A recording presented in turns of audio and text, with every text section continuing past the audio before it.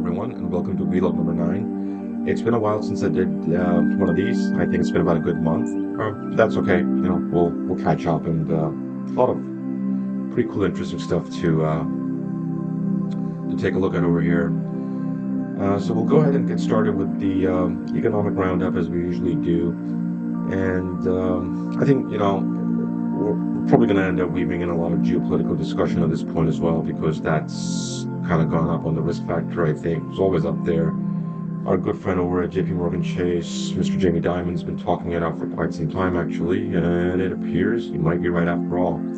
But anyways, I thought it'd be a good idea to put together kind of this box here and just take a look at how the narratives are surfacing and kind of rising and sinking around some of these risk levels.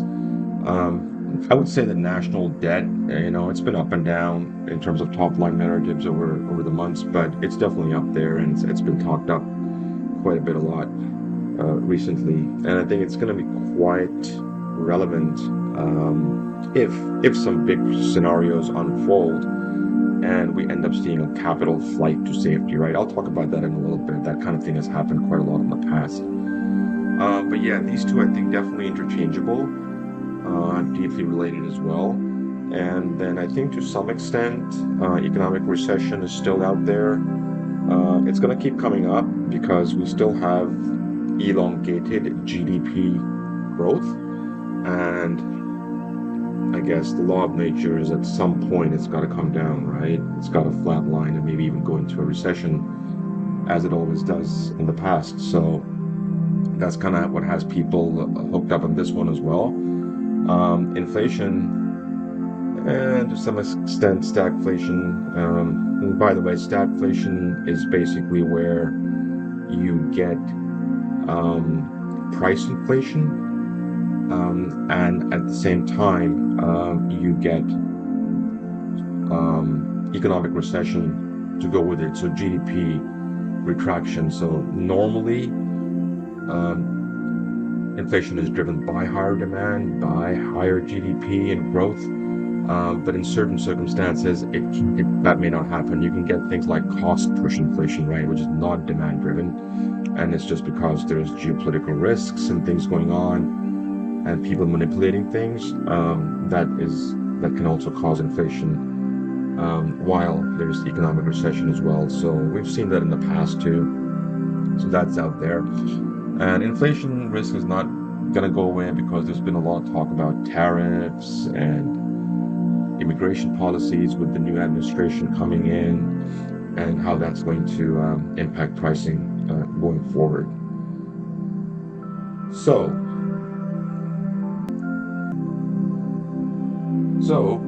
let's go ahead and start with national debt.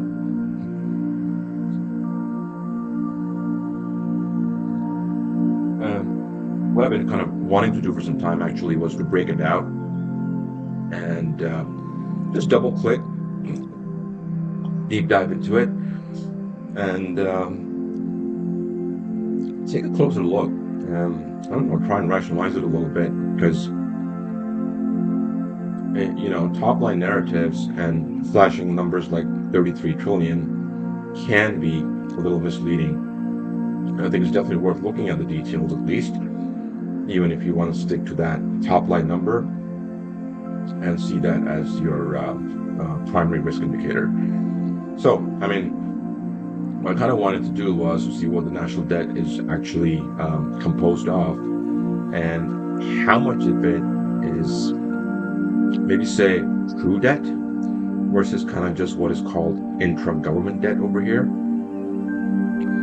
And really, what is that? So that is basically one arm of the government lending out to the other arm of the government. So it's kind of taken from Peter to pay Paul, left pocket, right pocket, and you kind of owe your own self. So mostly what that's going to mean is like the Social Security Administration, which is kind of the general retirement system in the United States. So they rake in a lot of taxes every year from the working community, and then they pay out to the retirement community, right? Of course, the working community is much bigger than the retirement community. That equilibrium has been shifting over time as demographics age. but it's still skewed on that side. Basically, the government takes that excess funds that are collected in taxes, and since they don't have to pay out as much to retirees for now, they're using that extra portion to fund government spending, and they're still calling it, debt because they kind of owe it to Social Security to pay it back. I guess eventually, once all those retirees arrive and the retirement payments start to balloon. But at the end of the day, it's still left pocket, right pocket. And how these scenarios play out when push comes to shove, when there's national emergencies or there's a state of war or something, is that you make the adjustments, right? If the federal government is going to end up owing Social Security, I don't know, $1 trillion, $500 billion, whatever that is, and the retirees arrive, you're going to be forced to make adjustments, and you're going to have to do those, and you're going to have to live with it, right? It's not something like you owe a foreign government or a foreign entity this money. Maybe that means that the retirement age goes up. Maybe that means there's going to be some reduction in benefits. Maybe it means higher taxes. But anyways, it's important to look at those numbers and maybe even back them out and adjust them out and kind of take a look at, okay, what do we think of the true, maybe the hard level, if you want to call it, of national debt is. So likewise, all right, so this intergovernment debt is 7 trillion out of this 33 trillion number, which is 2023, by the way. I think current number is about, it's been growing substantially. So one of the flashpoints with national debt is it's really ticked up over the last few years, and the government spending,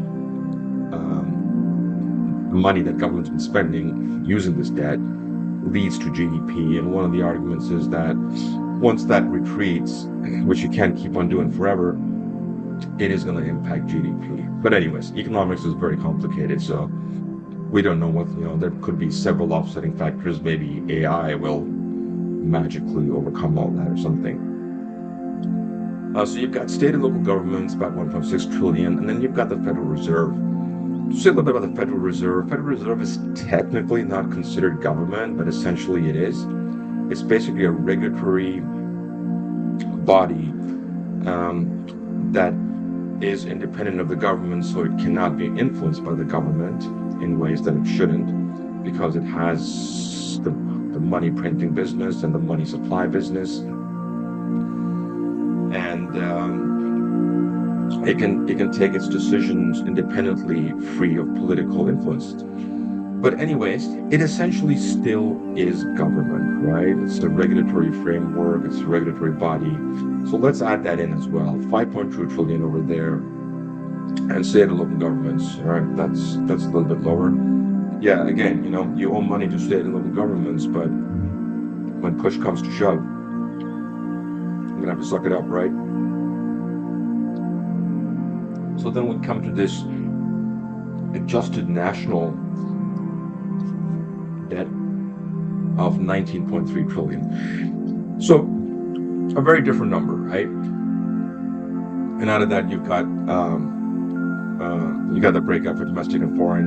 And on the right, you can see how that breakup works out. There's this other domestic thing as well, 5.7 trillion.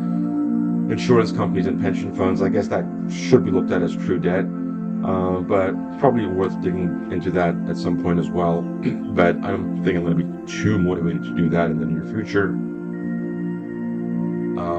But I guess the risk over here is that we don't want this ballooning more and more and more, even though we think, okay, the 33 trillion number is somewhat superficial.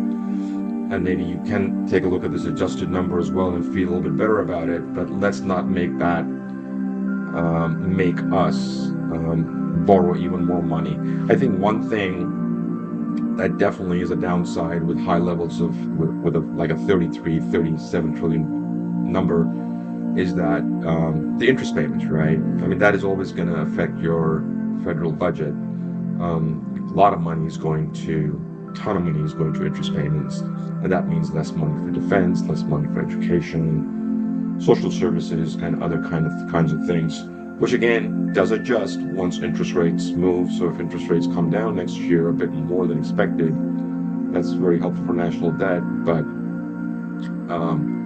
fundamentally, we do want to arrest it, I guess, as soon as we can, but also realize that maybe it's not the monster that it's made out to be. Okay, well, let's go back and take a look at some of this other stuff. So yeah, World War III, right? We could be in the early stages of World War III, but I think one of the factors that is also driving the Trump premium in the markets, and we'll take a look at the markets in a second.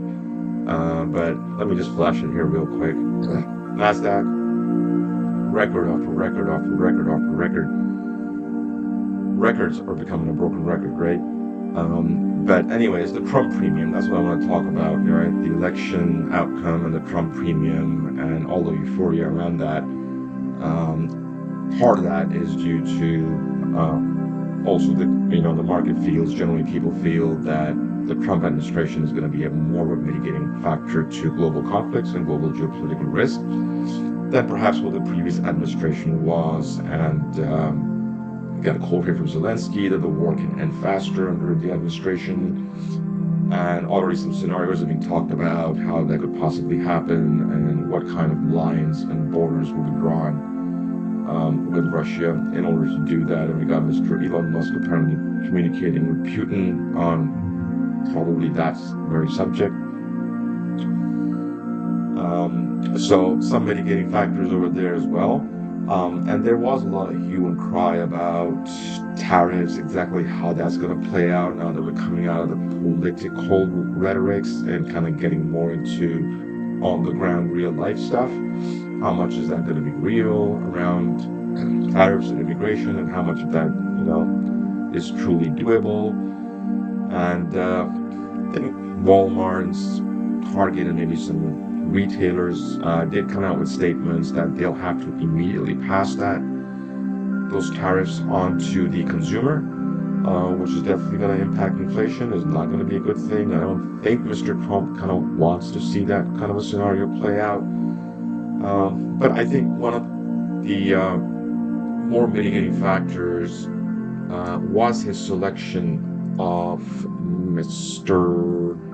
Steve, something it is, Scott Dissent, right? Pronouncing that right? Of Key Square Management, because he is less hawkish. So he's your Treasury pick, right? Treasury Secretary pick. And he is much less hawkish on tariffs. So hopefully he'll moderate Mr. Trump. And, we might see some other narratives coming out, kind of telling us, okay, we'll do some tariffs and maybe we won't do other tariffs. And, we don't want this thing to come back and bite us and make things worse for us. So we got to figure something out that helps us that basically is more fair on the global trading platform vis-a-vis all the major trading countries. And yet at the same time, it doesn't impact us too negatively. And everything is just so interconnected now globally. We just don't live in the same world that we did 20, 30 years ago, where it was maybe possible to do this stuff in a more simpler, straightforward level and understand it. But you've got to maybe talk about this a little bit later with Polestar, which is one of the stocks that I talk about, EV stocks. So Polestar has a lot of Chinese manufacturing and Chinese component manufacturing, and they actually were pretty anxious about exactly how this is going to play out, because they manufacture some stuff in China and they don't manufacture other stuff, and how it's all going to come together. So it's complicated, but I think the market right now thinks that this will probably get moderated as well, and on the ground realities will probably play out a little differently, or a lot differently than political rhetoric, which is, I guess, also a new normal with the current age. Right. So, I'll keep this on here. We'll keep revisiting it and see how some of this stuff shapes out. Definitely going to be pretty interesting, and hopefully not won't hurt us too much. But who knows? And while we're on the subject, it'll be good to talk a little bit about capital flight to safety, because that tends to play out in high risk geopolitical scenarios. And kind of what is capital flight to safety, which is something that we have definitely seen many times in the past in the financial world. It's basically, when you get very high levels of perceived economic geopolitical risk, so definitely like a World War III type scenario. Excuse me. But also, in the past, very high economic risk scenarios have also caused flight to safety.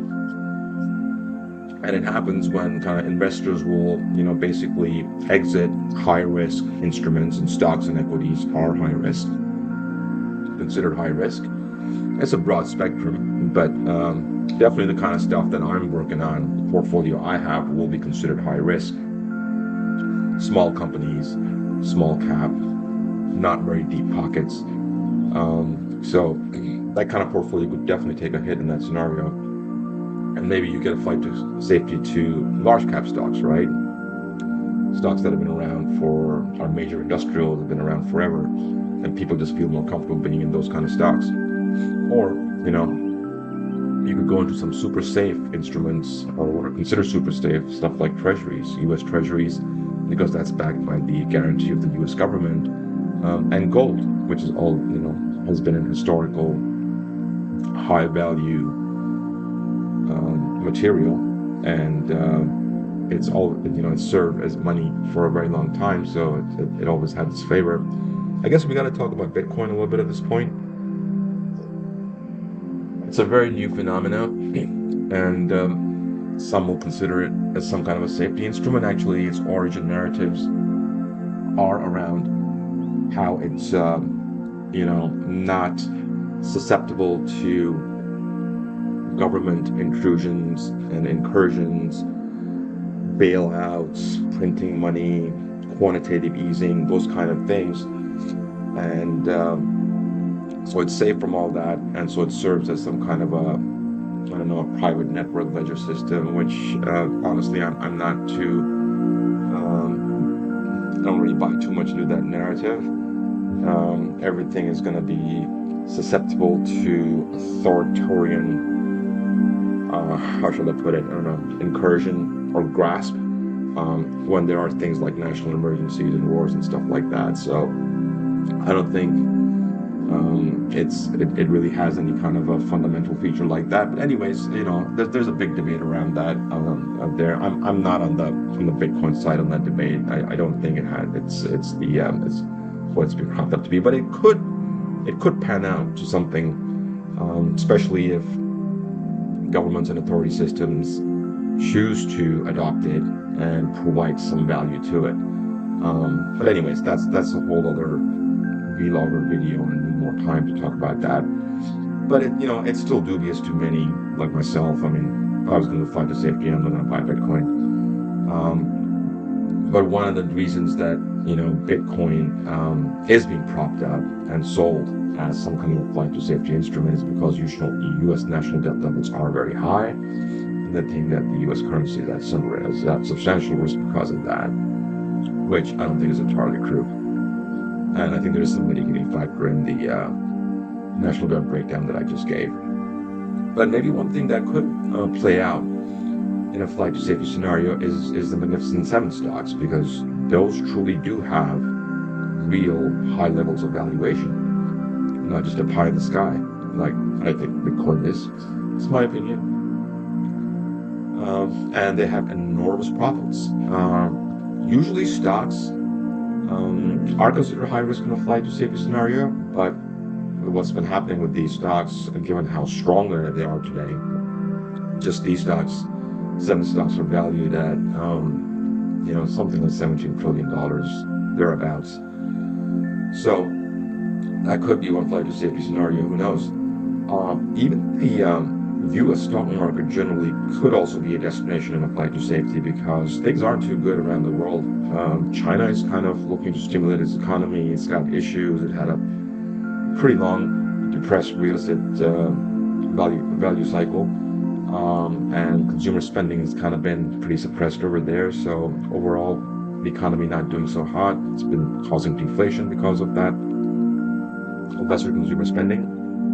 So you could even, and Europe is in a bit of a mess right now, political mess, and they've always had a very hard time coming together and being unified around stuff, at a geopolitical level and even at an economic level. And honestly, I don't think that's going to change too much. So you could get a flight to safety into U.S. instruments, U.S. assets, could be real estate, could be stocks, something like that. So even that could play out. So yeah, something to think about and something to keep an eye on. So I'm just going to pause there for a little bit. Okay, I'm back. So yeah, let's look at the markets now.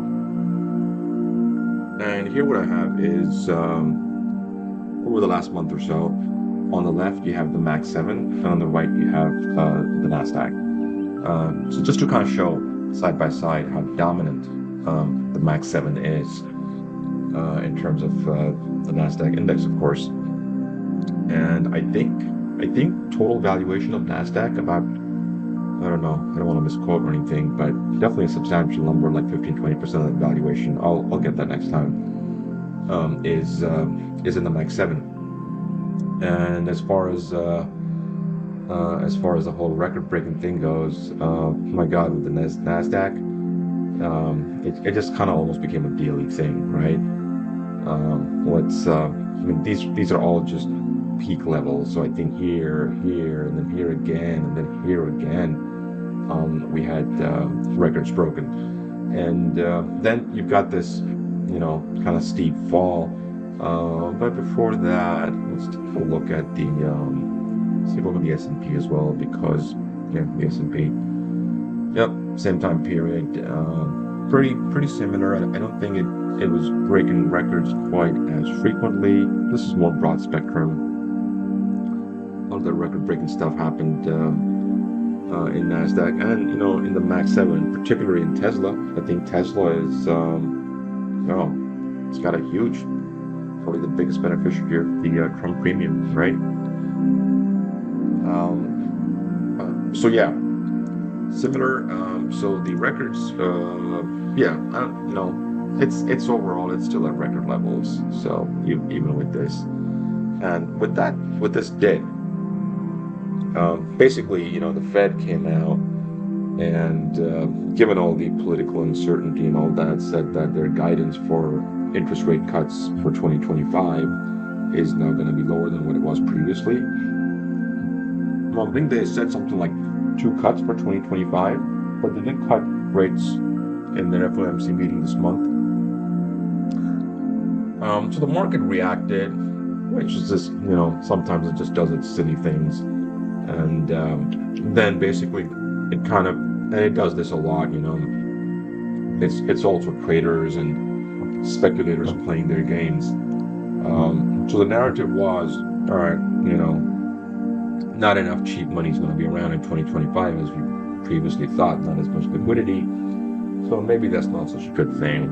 And then came back, the narrative basically flipped around to, well, it's actually a good thing because if interest rates are moderated, they're more measured, and a little bit higher than we previously thought, it's going to help check inflation. And if inflation is checked, and it's good for the overall economy, it's good for consumer confidence, it's good for consumer spending, and a lot depends on consumer confidence. The whole economy is based on consumer confidence, right?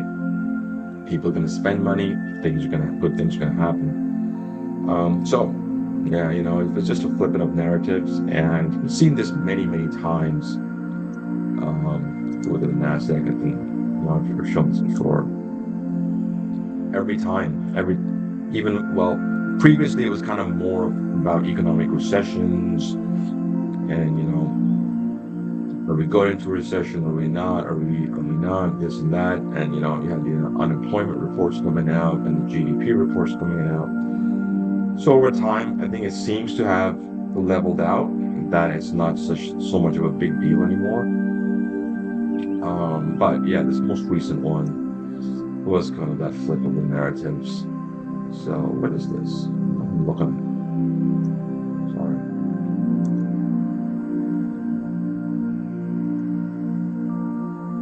Similar story. Yeah. Similar story. Okay. So, but other than that, let's take a look at some other stuff vis-a-vis the portfolio and the sectors that we follow here on this channel. And electric vehicles, the EV industry is a big part of that. And the reason that we're bullish on EVs is because EV penetration, EV market share in the United States is still much, much lower than Europe and China. China is super high. Europe's doing pretty well, but we don't have the adoption here that we really should. So we should see another phase of strong EV growth in the United States. When exactly that's going to happen, we don't really know, but I think we should have a fairly good idea that it could be something as early as 2Q, 3Q 25, or maybe it could be something that goes out to 2026, when especially Rivian's going to start launching some of its more newer models and stuff. But there's a couple of very interesting things. I'm going to skip over the whole Trump tax, the EV tax credit cancellation talk by Trump. Don't know if that's going to happen or not. It probably isn't going to be a big factor in the long run anyways. But this is big, I think. I think this is big. This basically says that what the average American spends on a car has been going up, right? So it doesn't really have the kind of pricing and supply and demand dynamics that, you know, we usually study in economics class. But it's kind of more of a paradigm shift. So what that means is people want to spend more money on cars. They like them. They fancy them more than they used to.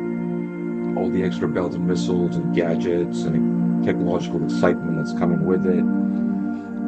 Self-driving, yada, yada, yada. So, you know, they'll probably spend somewhere else less, but they do want to spend more money on cars.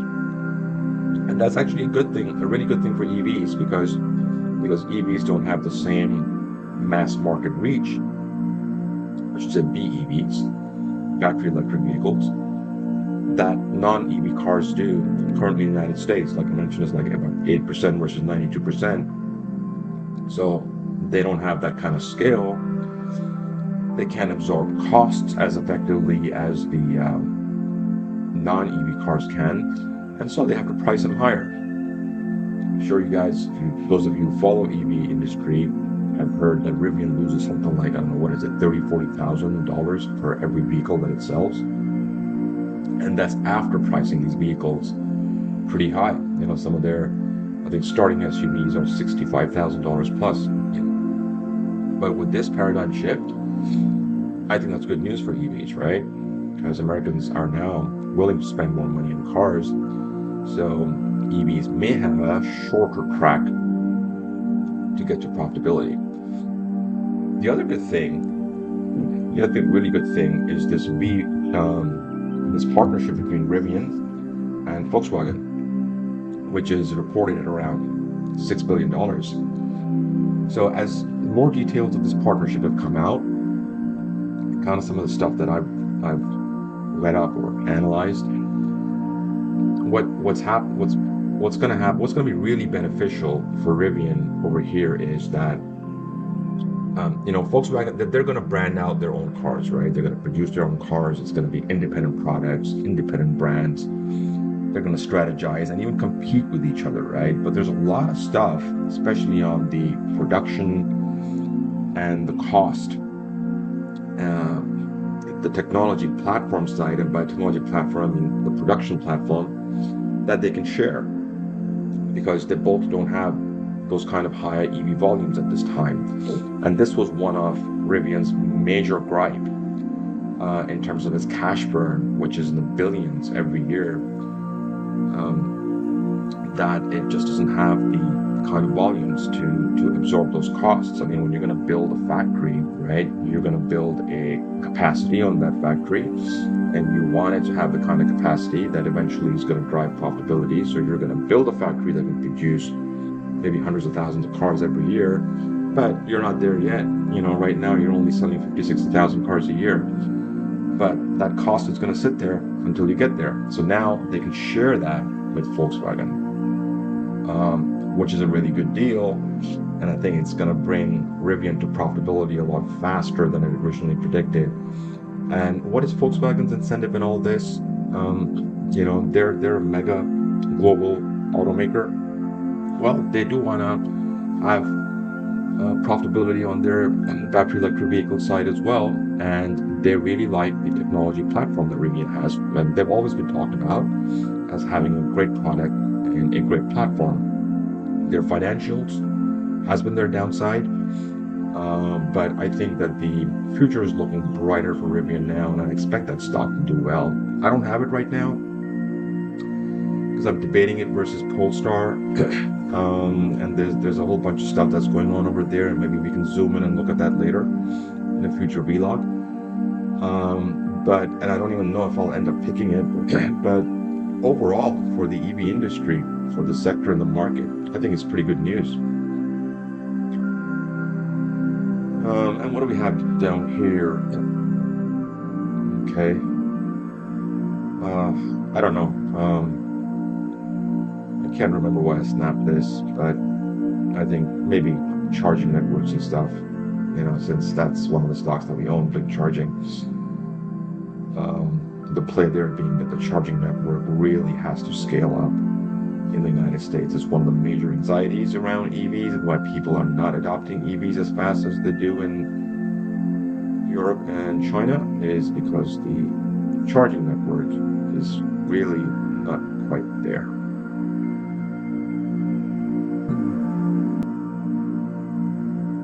Alrighty, let's move on to the portfolio, right?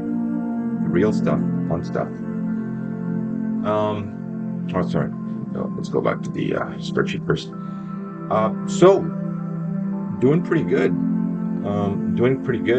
From our buy points back in August, and one slightly later, actually a couple slightly later, which was Akebia Therapeutics and Navitas Semiconductor down here. I'm just taking a basic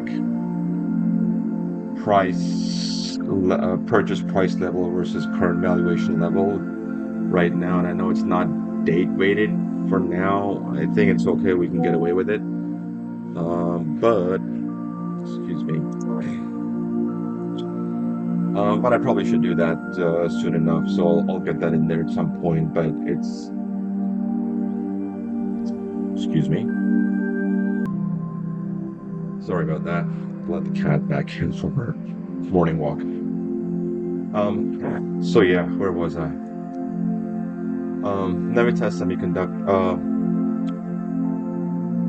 Yeah, so overall at 37%, that's pretty good. I'm pretty pleased with that, and it's really beyond expectation at that point. Now we're about a good, I don't know, on an average 150 days into the portfolio, so it's now, you can kind of call it a real portfolio, maybe somewhat of a real rate of return. So this is going to be even bigger, much bigger on an annualized basis. Of course, it is unrealized, and anything can happen tomorrow.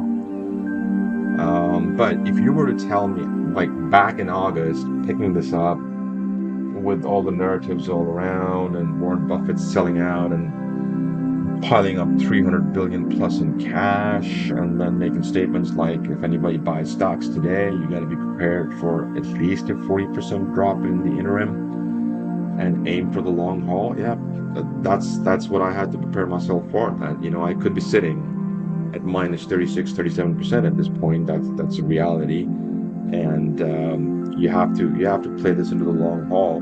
and give it room to recover if that's what unfolds. So don't know what's going to happen tomorrow, but so far so good.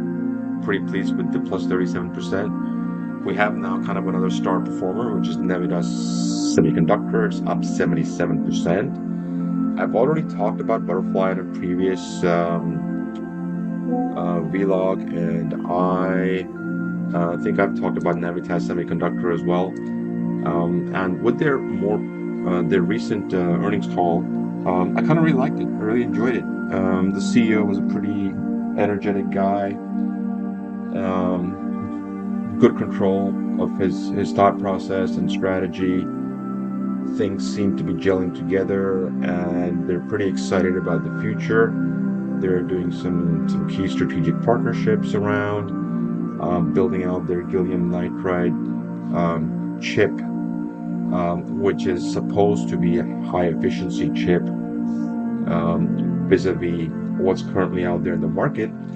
And if in the future AI really lives up to its promise, which may be maybe more of a longer term thing than I think most people are, at least the way they're viewing it in the stock market. But in the short term, what the stock market doesn't really matter.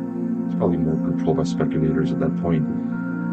But yeah, if those kind of energy consumption needs do play out, I think that their chip has a good future.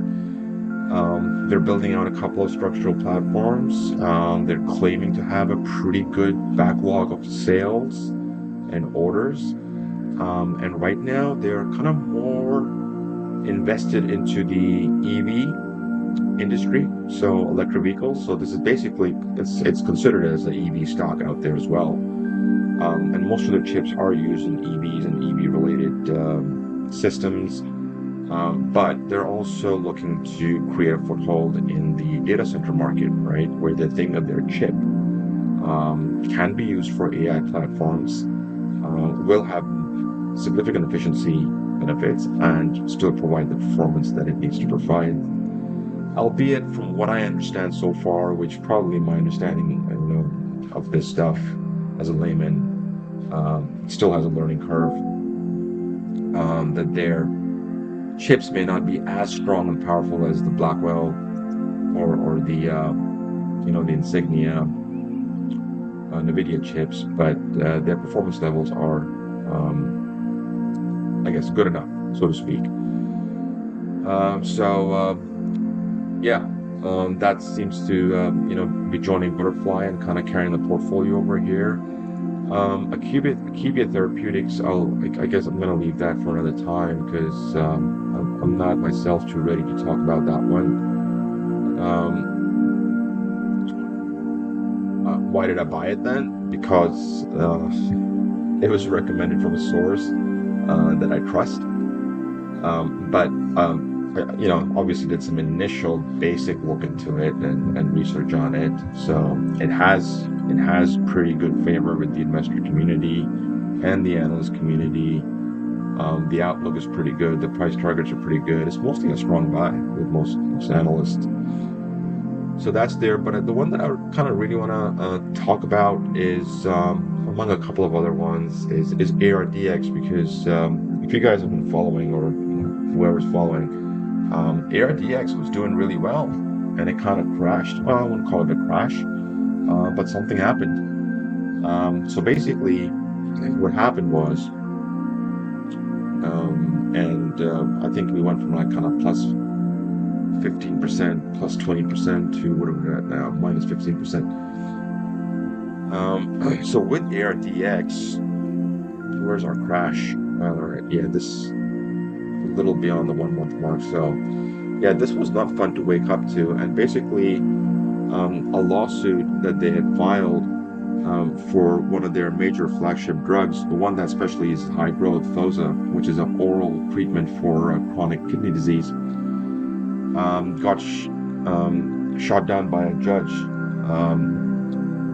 in their case against CMS, which is the Center for Medicare Services, to bundle, package this drug as part of CMS's bundle or whatever. And they didn't want to do that because they say that it would restrict access, general access to the drug, which has shown some pretty promising results.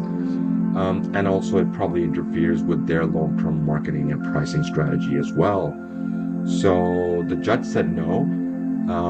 So since that's going to basically change up their strategy and their outlook at the moment, it was, you know, it just took a pretty big, pretty substantial hit because now they've got to go back. I don't know if they're appealing the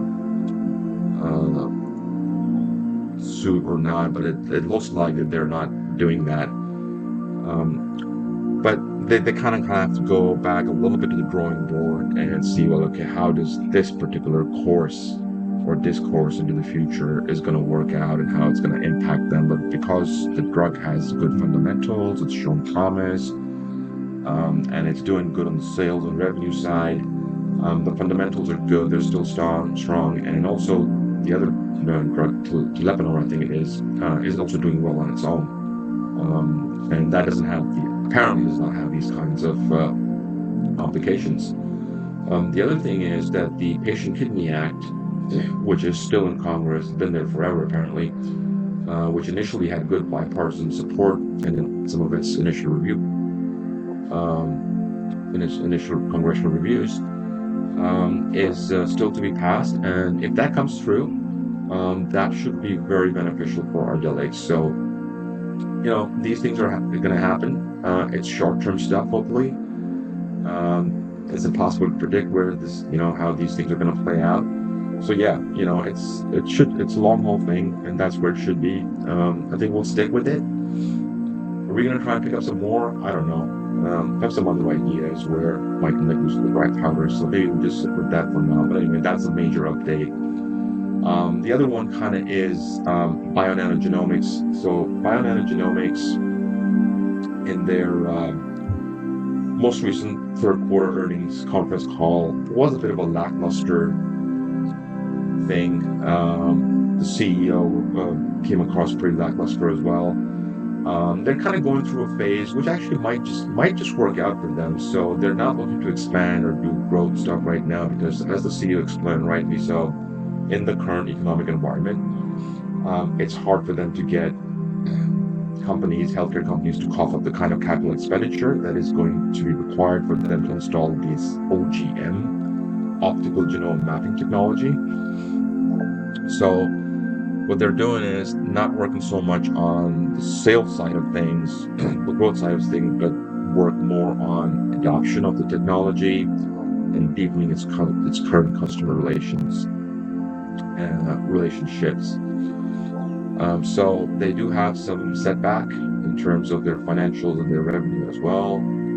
And the stock's taken a hit. And it's the funny thing is, it's a really dead stock. It's the only one that hardly moves. And it just does not respond to any economic factors, socio-political factors, or kind of anything like that. It's just been kind of bracketed between 20 cents and 22 cents forever. It's like nothing moves it. But companies in the past that have kind of reined in their growth platforms, which can be pretty expensive to maintain, and worked at user adoption and technology adoption, have come out and sometimes done pretty well. So, now that we're, like I mentioned, about 4 to 5 months in the portfolio, I think it warrants to take some actions on the portfolio itself. Like I mentioned before, I'm not in it for the short haul. I'm not in it for speculation or trading or anything like that. So it's really got to be a fundamental shift. And the other thing with OGM, optical genome mapping, I kind of have read a science paper on it. Most analysts, so these are biomed analysts, scientists, apparently say that it's a good thing. It's probably not a game changer. It's really good for top-line diagnostics in genome-related treatments, genetics-based treatments. But it does have its limitations in certain areas as well. And as a layman, we can't really expect to understand and comprehend these technologies at that level. So going off what people are saying, In summary, maybe not a game changer at this point, a good thing, a nice to have. And if things turn around, the market turns around, economic, the economy is more favorable, interest rates are lower, so companies can borrow and spend some capital. It may do well. So we'll keep an eye on it. Initially, it looked really good because it was at, really low multi-year levels. And a good lesson learned over here is that, if a stock looks really cheap, 5 year, right? So I don't know what's going on here. It's crazy stuff. Probably a lot of stock dilution on the way.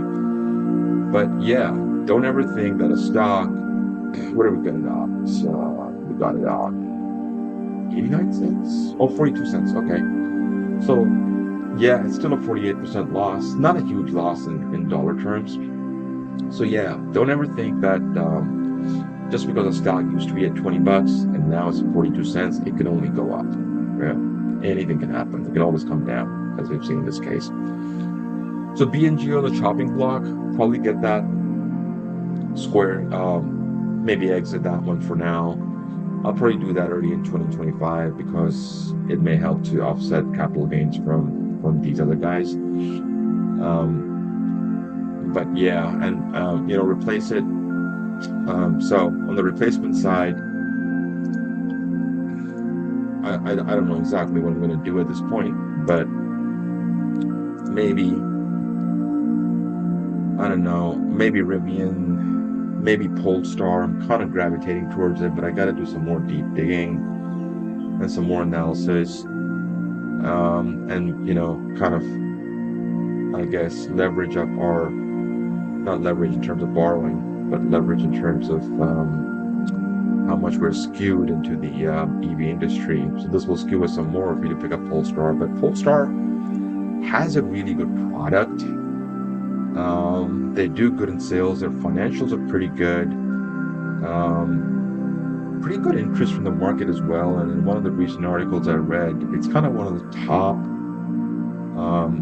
what some analysts think, undervalued technology stocks right now. It definitely is, very low compared to its longer-term pricing levels. And I don't think there's been too much stock dilution on the way. But like we talked about Bionanogenomics, anything can happen. Just because it's $1, it used to be 10 bucks, and it's $1 right now. It doesn't guarantee anything. But I kind of have a better sense of the BEV industry, that's battery electric vehicles again, than I do of optical genome mapping. So I'm a little bit more bullish, a bit more confident on something like this. But then again, I've done a whole vlog on the EV industry. It is pretty competitive. It's super competitive, and even a lot of traditional automakers, big industrial automakers, are producing EVs and doing spin-offs, like that whole Volkswagen thing with the Rivian that's going on. So these smaller startups definitely will be challenged, but I do expect still Polestar to do well over the coming years. It's a risk, but it's I think it's a worthy risk. Rivian I expect to do pretty well as well, but I think because of the lower price levels, I'm a bit more attracted to this, given the upside potential. But Rivian is definitely should be considered at this point as well, especially given their Volkswagen partnership recently, and as you can see, they're at all-time lows as well, and this stock could do well, but it's already valued at 14.3 billion. So the part makes me a bit nervous, but how high it's going to go from here remains to be seen. But I think it'll do well in the future as well. I think Polestar might give you better returns, but who knows? Let's see. Maybe it's one or the other. Maybe it's like do a little bit of both, something like that. Okay, so I think covered a lot in this vlog. Probably good. Excuse me. A good place to pause.